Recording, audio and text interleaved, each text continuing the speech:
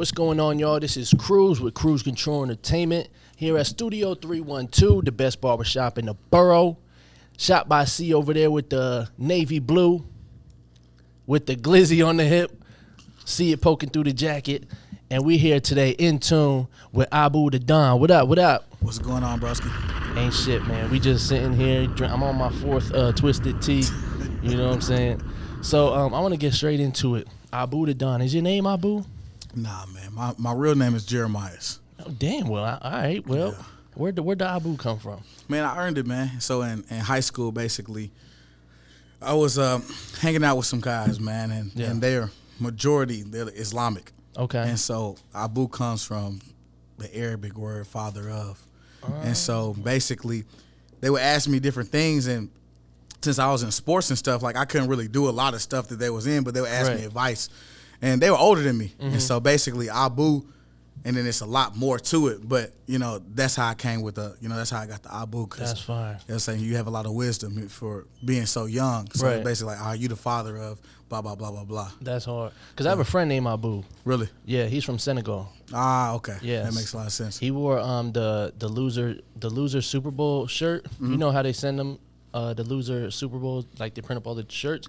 They send them out. Yeah, he came to America with that. With one of those? I was like, who the fuck? Like, how the heck did you get this? It's like, oh, you got some official shit. But yeah, shout out Abu. But so on your Instagram, I seen you said you the was it the voice of TSU? Most def. Where does that come from? Obviously TSU, but so basically, I started off as a host. Mm-hmm. So I was throwing parties, hosting parties and stuff like that.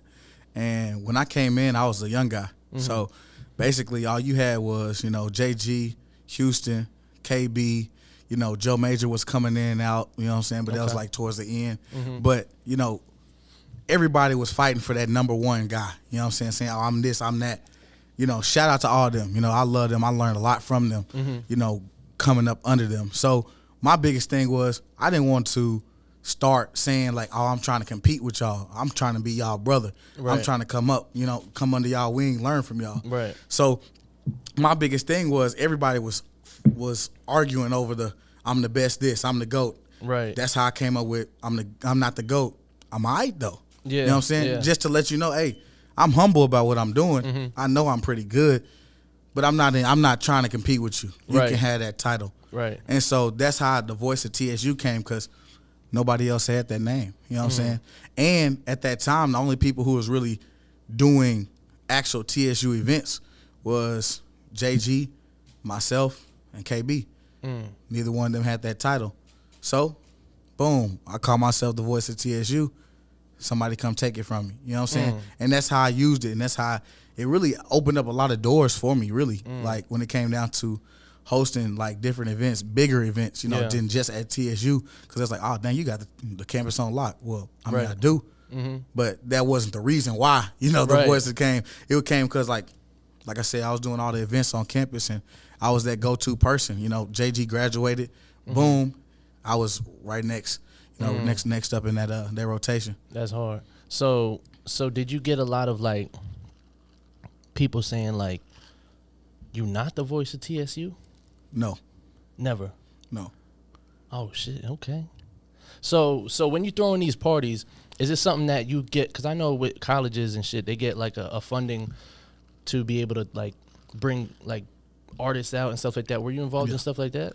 So that's Sub G. I wasn't involved in Sub G. Okay. Well, me personally, I didn't know a lot of stuff because I played football when I first came to TSU. Okay. You know what I'm saying? So I was kind of ignorant to a lot of stuff on how the school actually ran when it came down to events. Right. So when it came to it, I was an A-list. So we threw a whole bunch of stuff with, at that time, it was First Flight out here in MT. Okay. And then so we threw a lot with First Flight, you know what I'm saying? And so we brought a lot of artists that way, you know what I'm saying? So I was on like the non-official TSU, like this actual school events when it came down. So I mean, like, I think my freshman year, we brought like 21 Savage, Kodak, a whole bunch of people. I'm talking about like a whole bunch of people. And that's something you didn't do with like the school fun. That's something you and your people got together and... Yeah. Shout out DJ Weezy, man. Like A-list, man. We really went crazy. Like when I first got in, they was bringing everybody. This was back when Club X, on Antioch Pike, right there by Soho is. Okay. It was like right in the corner of that plaza, and we brought plenty people in there. That's fine. I'm acting like I know. I'm not from here, so I don't know what you're talking about. But I'm just trying to, not Yeah, make it if weird. somebody from Nashville, man, They gonna know. If they been here, they Yeah. know exactly. Yeah, that mug was crazy. That's fire. So when you're working with these people, like when you first got to college, was your only focus football, or were you always this personality that was able to bring people together? It's crazy. So when I was in high school, I never thought about doing parties or anything. And at the time, my best friend, he was a DJ, and they was all throwing a whole bunch of parties, So you had Spiffy Boy Danny, you had Malik, you had DJ Kane. They all were throwing parties in high school together. And so I just came to support, you know what I'm saying? That's my homeboys, Right. you know what I'm saying? So one day they had to count money, and it was like, hey, just grab the mic real quick and say something. Yeah. I'm just having fun, checking people, you know what I'm saying, talking, going back and forth. And I was like, hey, man, this cool, you know what I'm saying? So it ended up going from me doing it in high school to transitioning into college. So it was like my freshman year, I redshirted, you know what I'm saying? So I had a lot of free time, go to Right. practice, study hard, that's about it, you know what I'm saying? So it wasn't that I was trying to do it, like it was like my only focus, Right. but it kind of happened to be like that because, football season not all year. Right. The party, you can make money all year. You know what I'm Exactly. saying? You can make money in the summer too. Hell so yeah. that was really, it started to become my focus. And so then, I ended up stop playing football and stuff and doing it all full time. Were you good at football? Yeah. What position you played? I played quarterback. You played quarterback. Yeah. I got to see some highlights. Google me. Google you. Oh, he's Googleable. He's Googleable. All right. Google me. Bet I'm Nah, gonna for Google. real. I actually led my team in state my junior year. We lost. What high We school got you went smacked. to? I went to Hendersonville. Hendersonville. Okay. High School. And You went to Henderson? I'm sorry. That's cool. The football team was trash. We got 0 to 12 every year. Oh, yeah, that's how my high school was. I was in band, but I didn't even go. What year did you graduate? 13. Okay. See, I graduated 2015. So the year right before that, you was there when Josh was there a little bit. Yeah, that's my dog, bro. Like he a noob too now. So we talk we all gonna the talk time. about that. So off camera, he said, I don't want to disrespect. Nope. Yeah. What? Explain to me. I'm not too familiar, and I don't want to be disrespectful. So if you Nah, can, you straight, man. So basically, I'm a brother of Kappa Alpha Psi Fraternity Incorporated. okay. So if you're ever on a college campus, you'll see we're always gonna have on crimson and cream or red and white. Always gonna have canes. We're gonna be the pretty boys. We're gonna wear suits. Okay. That's us. Okay. And you got multiple organizations, but I'm not gonna shout them out. They're important. They're not important. So is it like, all right, I don't want to make it this, but is it like gangs, basically? I'm not even gonna say it's a gang. Yeah, let's not say that. But it's more like a real organized organization. Like it's a real business. Like Right. you got Like you people said, who LLC. Yeah, for sure. Like you got people who join just to stroll and to do parties and stuff like that. But then you got people who actually are involved. Like I'm a life member. So I'm a life member on the national level. I'm a life member on our regional level, which is our province level too. And so I see the business side. I see the side from, everything that's going on with insurance and all that. Like I see everything from a different level. Man, what access does that give you? I feel like you tight with the president. Like I feel like you get like. I'm gonna be honest with you. So, long story short, I end up getting the highest award for undergraduates. So Okay. it's only 6 of them are given out every 2 years, and I got one of the highest awards. So, with me being who I am, I'm able to understand a lot more than like the average person. But that has also opened up so many internships when I was in school. It opened up plenty of internships. Like I had one internship, dude didn't even interview me. It was literally he saw what I did for the fraternity. He was like, "All right, I got you." Boom. I was making $40 an hour. That's 40. hard. While you still attending school. This during the summer. And still hosting parties. hosting parties and valeting. So Damn. I ran up a check. You know what I'm saying? Damn. My Nah, parents that's was like, hard. man, why are you getting all this money? Don't worry about it, bro. Said, listen, you told me to go Don't to worry college, about right? it, sweetheart. You know Don't what I'm worry saying? about it. Yeah, that's crazy. So, cause me, I'm not anti-college. I just feel like my attention span ain't for college. Yeah. So, do you have kids? No. How old are you? 26. 26. All right. So, do you feel like college is necessary in this day and age? No. Okay, and you graduated, correct, from college at sure. one of the highest levels in your fraternity? Yeah. So what makes you say no? This is why I say no. Because there's so many avenues that you can make money that have nothing to do with school. You know what I'm saying? Like, you have a lot of people, I'm not sure the exact number, but you got a lot of people who graduate and don't ever use a major. Like, they never use a That's a degree. fact.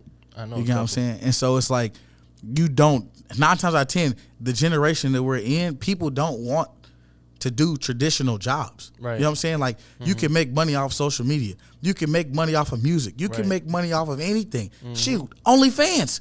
You know what I'm saying? Get your People are feet out. getting, get your feet out. your feet out. People are making bag off of doing nothing. And Right. so it's like, a lot of people feel like they waste their time by going to college. I mean, it's great for networking, put it that way. I love it. That's what I be saying. It's great for, if you're trying to be in corporate America. Like, that degree does show, it holds weight. You know what I'm Right. saying?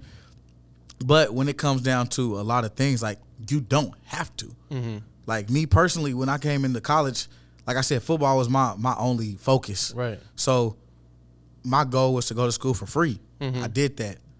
It took me a long time to get out of college just Yeah. because my goal was already accomplished. You know what I'm saying? So it's Exactly. like, I was still making money while I was in school. So it's like, what's the point of this degree? And so I kind of got like, but I eventually finished it just off the fact of, I had people, hey man, what are you doing? Right. You know what I'm saying? Like, my mom was like, hey man, it's time for you to, go ahead and graduate. What you doing? Yeah. So that pushed me more because I'm like, I'm having fun. I'm making money. I really Right. don't care about this degree for real. But at the end of the day, it was like, I need it. You know what I'm Right. saying? Let me go ahead and close this chapter of my life and move forward. So, if you started, I would say finish it. You know what I'm saying? It is good to have under your belt. Right. But if college isn't for you, it's just not for you. Right. And I'll never look at somebody and be like, oh, you ain't got a degree.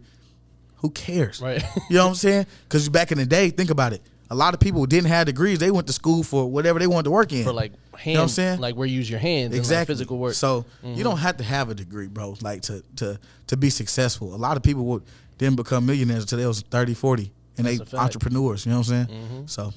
So what did you major in? Computer science. Computer science. You a smart motherfucker, huh? Yes, for sure. So that's good because honestly, I feel like I heard that you weren't making music before you were now. Is that true? Yeah, I wasn't. Quarantine is the only reason why I started making music. How was that? So my best friend at the time, is producer. My line brother, he's a producer. So shoot, we all live in the same area. You know what I'm saying? We live in Bardo, so we was all at each other's houses. Okay. And so during that time, they linking up making beats. Yeah. I'm like, all right, can I do something? Like, well, I mean, just hop in the booth real quick. I mean, do a freestyle or something. Shut up. Yeah. So I'm like, all right, you know what I'm saying? Boom. End up doing my first song, and I was hyped. I was like, oh, this is hard. Hearing yourself Like- is dope as Like, fuck. no, for real. Like, it was hard. Yeah. Because, like I said, I told you, I don't freestyle. Yeah, but yeah. I had so much stuff in my mind at the time that we was bored. Just let it out. We just going. And you was with your people. You was comfortable. Yeah, so I was man. So I actually sent it to my my girl at the time, and she was like, "Bro, what are you doing? Like, get your degree. Stop trying to rap." Right. I was like, "Hey, yo, what if I was serious?" She's Right. like, "I don't care, bro. Like, Said this ain't it. yeah, Not stick that to the your day song job." ain't it. You know what She I'm was saying? just disappointed, feeling like, and that's the thing. People feel like it's a negative thing when people are choosing to, do music. But for you, it's a different because you was already in school doing your thing, and you hopped in the booth. When you hopped in the booth and heard that song, what was your motion after that? Man, like I said, I really gained it from that interaction with her. Cause like at first I was like, this is gonna be the only song I made. Yeah. But having somebody, I've never had somebody tell me I wasn't gonna make it. I'm gonna be real. Like I hate to say that, but like people have always been on my side. You know what I'm saying? Right. Oh, you good? You know? Oh, let's do this. You know what I'm saying? Cause it's always sports. Yeah. So when it came down to somebody telling me that, oh, stop, just relax, just do what you're doing. That's when that you get it pushed competitive. me, bro. Yeah. Like it really pissed me off. Like, cause I'm like, what if I was serious? Right.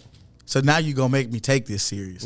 And so that's what it was. Like the whole motivation was like, I'm about to prove you wrong. You know what I'm saying? And so at that, we started recording. Boom. Has enough songs to make an album. And so the first album was called Quarantine Dream for that exact reason. Because it's like, I didn't think I was gonna ever make any more music after that. Right. Boom, let's just put this out. DistroKid, now I can do this. It's cheap. They make it easy for you. So that was the motivation. And when you're doing that, you know, people already know you for one thing. When you're putting it out, how is it getting received by, like, everyone that already knows you as the football star? Man, it was hard, bro. It was hard because going from the host, the athlete, to try to making music, like, in Nashville, it's kind of hard, and period, really, because it's like you're trying to go from one lane to another, and so people don't really know you for that lane. Right. So when it came down to like, oh, I'm doing this show, I'm doing that show, it's like, it's a party. I don't really want to. I'm not in the party mood. It's like, Right. no, I'm performing. Oh, you an artist? You know Now what I'm saying? now It's they're like that confused. yeah. So it's like trying to fix that. So I've been trying to take a step back on the hosting, unless it's like a big event. Like like TSU knows they can call me at any point in time, and I'll go there and do what I got to do. You know what I'm Right. saying? You know, that's my alma mater. I love them. So I'll host any event. Like if it's a big event, I'll host it. But when it came down to doing like weekly parties and stuff like that, like I had to take myself away from it. That did hurt my pockets from a consistency standpoint of, oh man, you getting a couple thousand a week, to like, all right, bet now you at home writing music, spending money instead of making it. So it's like that hurt from that aspect, but when I saw the bigger picture on what I really wanted to do, and you know that passion, it was okay. So now, you're taking music that serious when you're turning down money. What is your, you know, because being a host for parties and, you know, all that stuff, that can also help your music career as well. So you feel like, you know, stepping back from that is going to give you more time to make music? And what's your goal with music to where you're saying, fuck, I don't need the money, I need to write? So the biggest thing is confusing people and them respecting you as an artist. Perception. You know what I'm saying? So doing the shows is great, but you're doing too many local shows, like parties. That's what's gonna take people from looking at you as like a artist and a host, because you gotta think about it. If they can go every Tuesday to see me at the club, accessible. why would they sit here and go to my show? You know what I'm saying? And they know, oh, well, he might get the mic and perform his song there. You know what I'm saying? So it's like you're too accessible. Exactly. You use the right word, like you're too accessible. And so that was the biggest thing that I had to realize. And I'm like, I'm trying to do both, but it's like, all right, man, I got to take the host artist aspect and pick and choose which one. So I got to be more exclusive when it comes down to it. Right. Like I'll pick up a show before I pick up a party. You know what I'm saying? Any day. Right. Even if I got to pay to get on a show, I would much rather do that because I'm just taking my craft that serious. Right. No, and it does show your seriousness, because shit, if I'm an active artist and, you know, I'm a party promoter and I'm hosting and I'm getting a certain amount of money, me personally, I just like money too much. Yeah. I'll say fuck rap. But for you see, because me, I do rap on some, like, you know, but you trying from what I'm seeing is you want to take this shit like all the way. No, What facts. makes you feel like you, Abu the Don, you from Nashville? Yeah. Out of Nashville is going to take it further than anybody else out here? What makes you different? I feel like, and I hope no one takes this the wrong way. Oh, yeah, and that wasn't a question to, like, start anything up. Yeah. But I hope like I said, I want to just put that disclaimer out before I say anything. I hope no one takes this the wrong way. But, you know, when it comes down to it, I've never looked at another brother or anybody in the industry and be like, why them and not me? Right. You get what I'm saying? So I've never envied somebody else. I use their success to help push myself. Right. And I build my team just like that around brothers that are hungry. Right. You get what I'm saying? Everybody in my circle is hungry. So, you know what I'm saying? Everybody on Top Flight, they want to be there. You know what I'm saying? They want to sit here and proceed. Like you got Max, you got Cardo, you got Z-Boy, you got Gio, you got everybody in our circle that's trying to make it. Right. They're going to make it. You know what I'm saying? Like, you know, we just added Knock to the team, and all of the people around us, they want to push and do everything. So I feel like a lot of people be trying to do things on their own.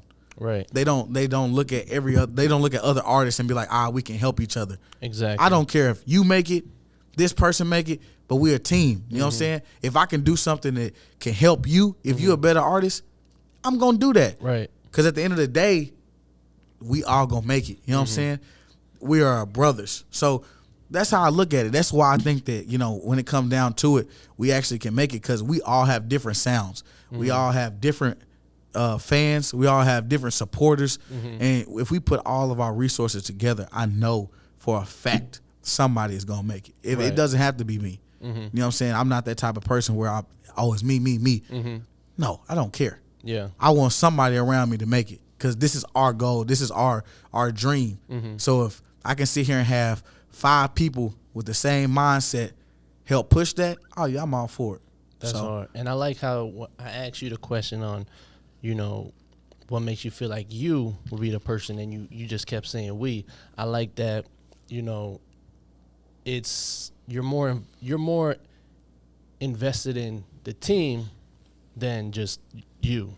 Yeah. And that's hard because a lot of people, you know, they just care about, like you said, if it's me.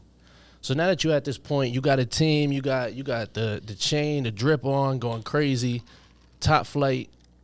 Why is Top Flight and where did it start? So basically Top Flight started as like a clique in high school. You know what I'm saying? And, you know, all the OGs that really started Top Flight, you know, I'm always love them to the day I die. You know what I'm saying? Because if it wasn't for them, we wouldn't be where we are now. But, you know, we all grew apart.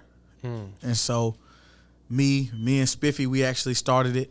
And, you know, we added our brothers then in high school. And then we started into a label, like I said, when quarantine happened, when I started making music. Yeah. And then I started adding more people that I grew up with that I knew was actually making music. You know what I'm saying? There was, you know, I reached out to some artists that were already making music, and, you know, they declined. And, you know, I wasn't feeling no type of way because I understand it's somebody, you know, that ain't making music and talking about, hey, join my team. Right. Like, shut up. You know what I'm saying? I'm further than you. Right. So I didn't take no, you know, I wasn't upset or nothing about that. But, you know, a lot of the people that I did reach out to, I knew they had good hearts. And I knew that, you know, they could see where I was coming from and my passion.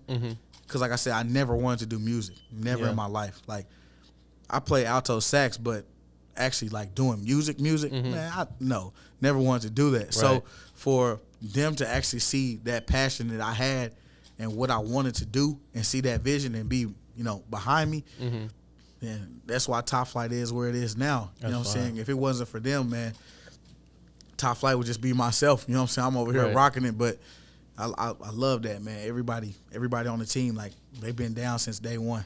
And that just shows your drive and your work ethic is that people can believe in their career with you. You know what I'm saying? They could be doing it solo, but they're like, I believe in you and your passion for it, so we're going to team up with you. So that's dope. So now oh, shit, my fault. My big ass. So now that you in this position, right, you know, you gained a following from college and you've been known, you know, through high school. What do you want? What is your plans with what you've built your following to?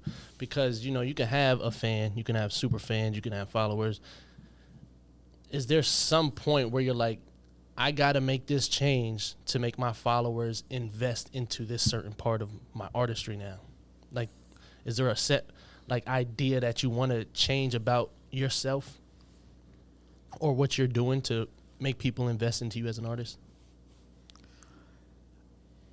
I wouldn't say something I want to change, but something I want to push more. And that's just the consistency.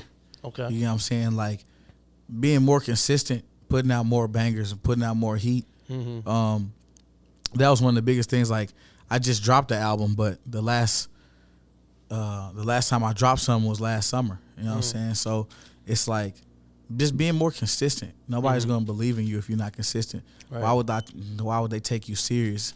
You know what I'm saying? So that's the biggest thing is just, continuing to push, because I'm a local artist. I'm not signed.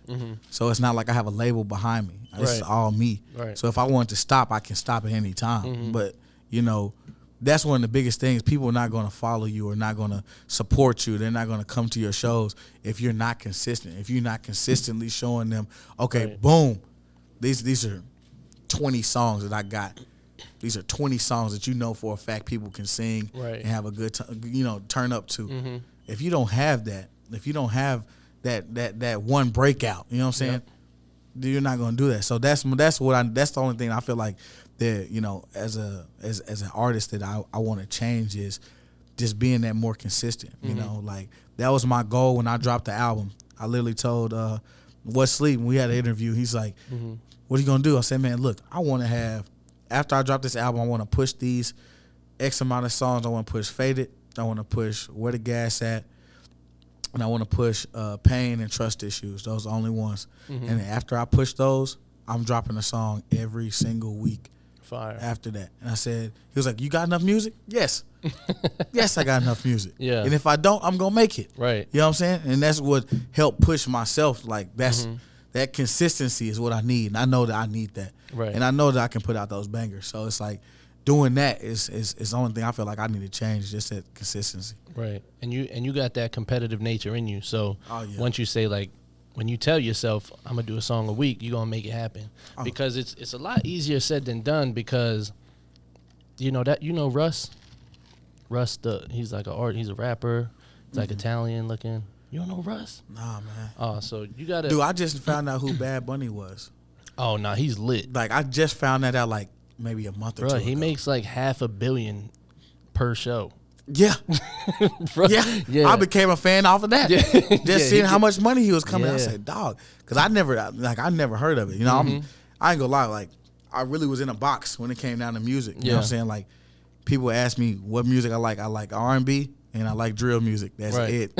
That's all I'm listening to. I'm telling you, research Russ, and if you're looking for the independent route, that's what he did. He did a song a week for like a year. That's crazy. And built the following, and after that, dropped the album, blew up. That's crazy. Yeah. So, I don't know if you heard the song "Send Me Your Location." Yeah. That's him? That him? I don't think that's him. I don't think that's him. But I listen to his rap shit. That's why I don't know. But he sing too. Shout out to Russ, man. Russ is that guy. So, what are some of your influences in the music industry? Like, when you get in that booth, what type of zone you get in?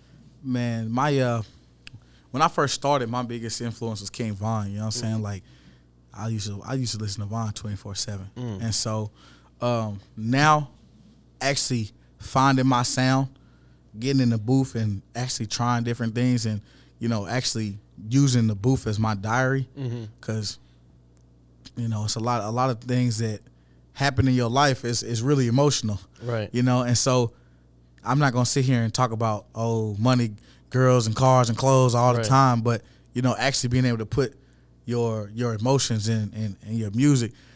I say, like, now it's really like Young Boy and Dirk. You know what I'm saying? Like, they're more melodic. Right. Really being able to put your real pain in there and not being scared to, you soft. I'm not soft. I'm going through the same thing you going through. I'm just not scared to say it. Exactly. You know what I'm saying? So that's really how I am now, is just listening to a lot of Dirk, a lot of Young Boy, being able to understand that it's okay to feel a certain way. It's okay to figure out that not knowing what's going on and not knowing how to really do it, but using your music to help you cope with that pain and whatever you're going through. So that's really how I am now. No, that's hard. I'm be honest with you, I never heard one Young Boy song, but I fuck with Dirk heavy. Yo, what? Yeah, that's. I don't know. It's just. I think you probably heard it. You just didn't know it was Young Boy. You know what's crazy? I think I did hear something, but they don't be playing him on the radio. What? And he's not in my searches. I don't look for him. Do you know who John Moran is? Yeah. So you know that it's a parade in South by City yet? I don't follow You ain't him never on heard? Instagram. You ain't never seen? I don't follow him You on ain't Instagram. seen no interview or nothing? Oh, Young Boy? No, of John Oh. Morant. And he say that? Nah, I don't pay attention. You're fried. That's the only thing you've been saying lately. That's crazy. But I that's told you Young I Boy. don't- Okay, so Young Boy, yeah, that's probably why John Moran was acting like that. No facts. Young Boy had you go out and pop something. Had John Moran tweaking, but yeah, nah, Young Boy, yeah, I got to get in tune because I don't I fuck with his hustle though. Yeah. Because and that's what like I watch people that I don't really listen to their music. I watch their interviews. I watch what they doing. Mm-hmm. You know what I'm saying? The moves that they make, which I could say is like, cause the music I don't know. You gotta put me onto a couple songs. Man, listen to Lonely Child. Lonely That'll, Child. that'll explain a lot. I like deep like shit too. So No. Listen to Lonely Child. okay, Like, for real. Like, I was going through a lot. Mm-hmm. That was like my favorite song at that time. okay. And I listened to that mug, I'll be straight. You know what I'm saying? Lonely Child. Okay. Yeah. I'll listen. Because To it. it's basically like, bro, you're looking at an artist and we put them on like this kind of pedestal. You know what I'm Right. saying? Like they're not human, basically. Exactly. And so it kind of brings you back to that reality, like everybody is human. Everybody's going through something. Same you know what I'm shit saying? you So going it's through. like that song, man, I let my mom hear. She was like, "Why is this?" I said, "Bro, you just don't understand what's going on right now." Yeah. Bro. Like if I go ghost for a little bit, just understand. But this is how I'm getting through it. I'm good. Right. Don't worry. I love you, but boom. But that got me through a lot. So hearing artists like that, you know, speak their real pain and shit, that's what motivated you, you know, to get more in your bag and like be more vulnerable. Man, honestly, man, when it came down to it, like I don't really like talking about a lot of the stuff I grew up around. Right.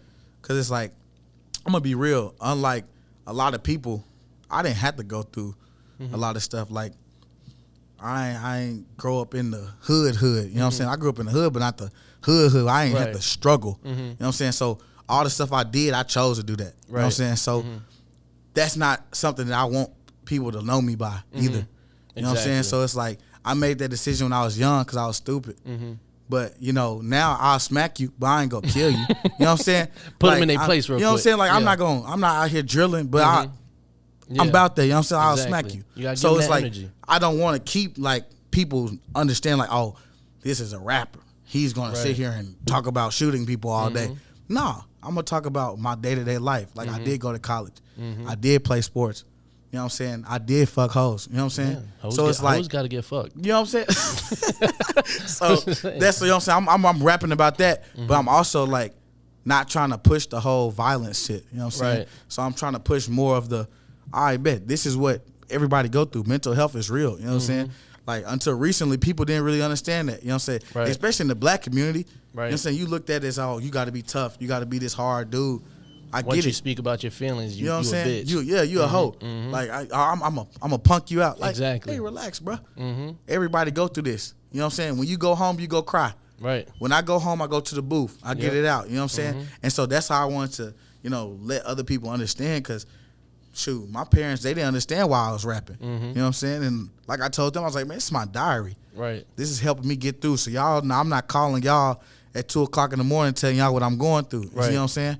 Cause I don't trust nobody. I don't trust nobody. Right. So No, that was the whole thing. You know what I'm saying? Like that music really helped me do everything I needed to. It's good. And that's crazy you said that because it made me think, not to make it about me, but when I do my podcast, it's conversation based. Yeah. So I talk about myself sometimes. But so my brother going through some shit and he's getting a divorce or whatever. My mom's like, oh, reach out to, and I haven't talked to him because he did some weird shit.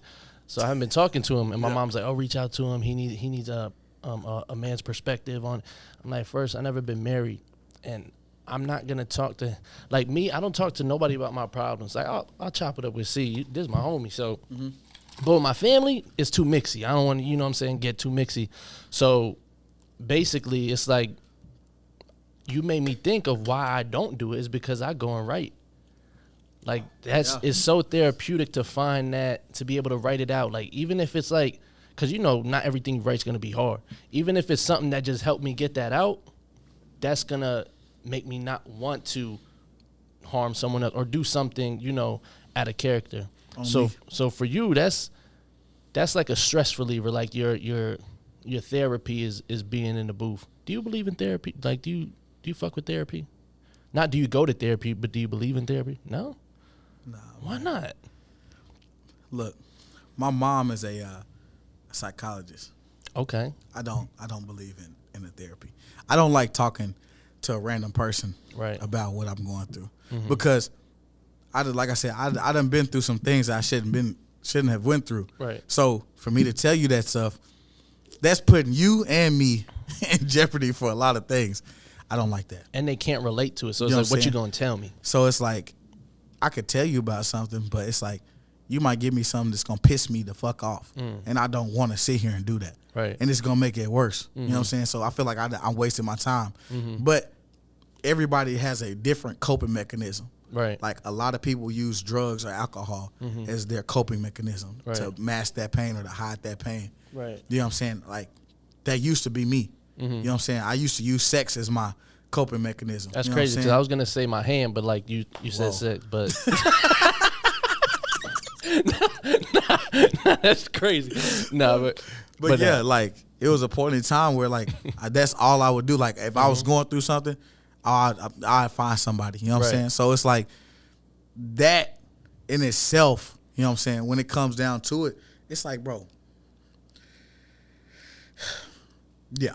Yeah, people you like, gotta find you gotta find that. You know what I'm saying? Like you have to find that outlet to help you. And so music really helped me with that because it was like I see that this alcohol and these drugs is not helping, it's masking it. Right. And a lot of people don't know that. A lot of people can't realize that and they think it's actually helping, but it's like it's not. It's masking it. That pain is still there. Yep. You just push it in the back of your mind, but it's gonna come back once something happens. So when it come down to it, it's like, real shit. you know what I'm saying? Like, and I deal with that with my family. You know what I'm saying? Like, a lot of my family, they had issues with drugs.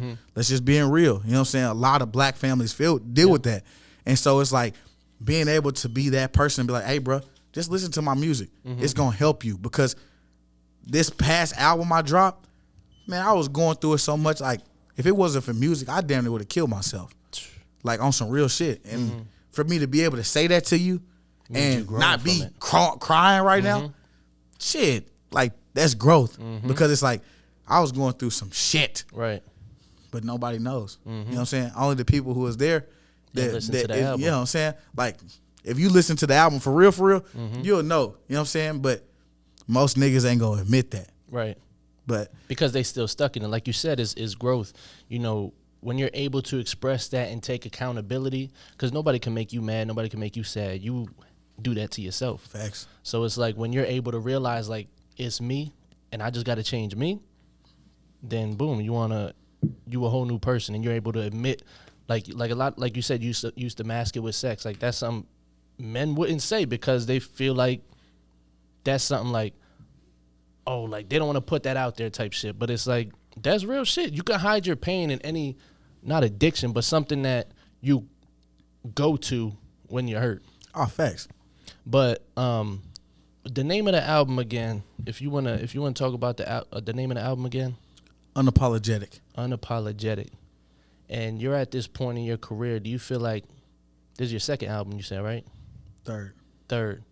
So you're at your third album. Do you feel like something is owed to you at this point? Of course not. I always feel like there's always room for growth. I feel like I still haven't signed a major deal. I'm still a local artist. You know what I'm saying? Regardless of how much money you bring in, you know what I'm saying? No matter how you feel, nothing is given. You know what I'm saying? If you don't have that worth, if everybody else not looking at that worth, you're not worth that. You know what I'm saying?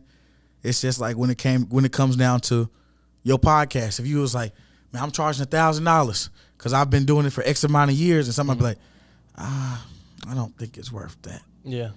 You can't get mad at that. Right. All you gonna do what? That's gonna push you harder. Right. But a lot of niggas get in their feelings and be like, oh, I'm worth this. Right. I'm not worth nothing, bro. Listen, I'm just like everybody else. We send our price sheet out to people which is reasonable price for the quality and what we do provide. And, you know, to leave it on scene or but it's like, all right, like, I'ma always be here. Yeah. That's the thing. Until God, is my time. But like you said, ain't nobody could take you out your spot but you. Exactly. So where you at, I feel like you're in the mode. I'm gonna listen to the whole. I listen to a couple songs briefly, cause I don't even listen to shit. Honestly, I ain't gonna lie to you. I don't like listening to shit because then when I write, I don't like Regurgitating it. sneaking some words and then I heard. So I don't really like listening to shit. That's why I like Young Boy. I don't know. I feel you. But yeah. So right now we're in tune with Abu the Don. What's something that you could tell people? Like, I feel like you reached every success that a young person would want to do. Yeah. What's something you can tell them on that road to success that can help push them harder than you even went? Man, all right. The biggest thing that I want to tell people is you're going to make mistakes. Mm-hmm. Don't get down on yourself when you make those mistakes. It's not about what you do. It's about how you sit here and come from it. You know what I'm saying? So I made plenty of mistakes. But sometimes I kind of dwelled on those mistakes and let it keep me down. And that was my biggest downfall when it came down to it. Like, if I would have sat here and be like, okay, cool, I made this mistake. How can I get better? Boom. Let's push that on the world. Let's keep going. That would be the biggest thing I say to most people is, don't get down on yourself so much. Everybody makes mistakes. That's fine. Sometimes, yours might get, broadcasted more or highlighted more than somebody else's. But at the end of the day, everybody makes mistakes, bro. That's a fact. And so it's like, it's how you bounce back from them. Yep. And I got a saying that says, reaction is manifestation. So it's like when you take that L, how you react to it is going to be your next blessing or your next lesson. Most definitely. So Most definitely. we that's why one of my songs is called L's, man. The only L's I know is lessons. We don't take no losses. Exactly. You know what I'm saying? And that came from, just understanding that I'm going to make mistakes. Exactly. I'm going to lose brothers.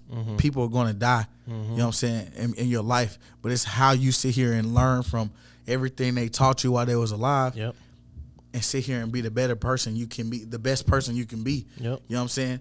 I can sit here and get on this podcast and tell you as many things as possible. But if I don't really do that, right? You know what I'm saying? It don't matter. You know what I'm saying? Words is words. So it's how you sit here and react and how you sit here and change everything. And like you said, with someone passing, like I know a lot of people that died with the person that died. And when I say that, like their spirit died, their dreams died, everything died because that person's gone. And that person looking down or whatever you subscribe to is like, they looking at you like, bruh, like you supposed to carry this shit, but a lot of people die with them. But it's good that you got a good mindset like that and you're following. I hope they, see your words and are able to, push forward and have that mindset. Most definitely. But today, man, we in tune. Abu the Don here at Studio 312, the best barbershop in the borough. And man, shout out Twisted Tea, the unofficial sponsor of InTuned. Hey, and Abu the Don is the first guest outside of Shy to have Twisted Tea in his cam review. So we fuck with you. Oh yeah. But if Twisted Tea don't fuck with us, fuck them. But I appreciate you coming on the show, man. Oh yeah, most def, man. Hey, it's crazy that you talk about Twisted Tea, man.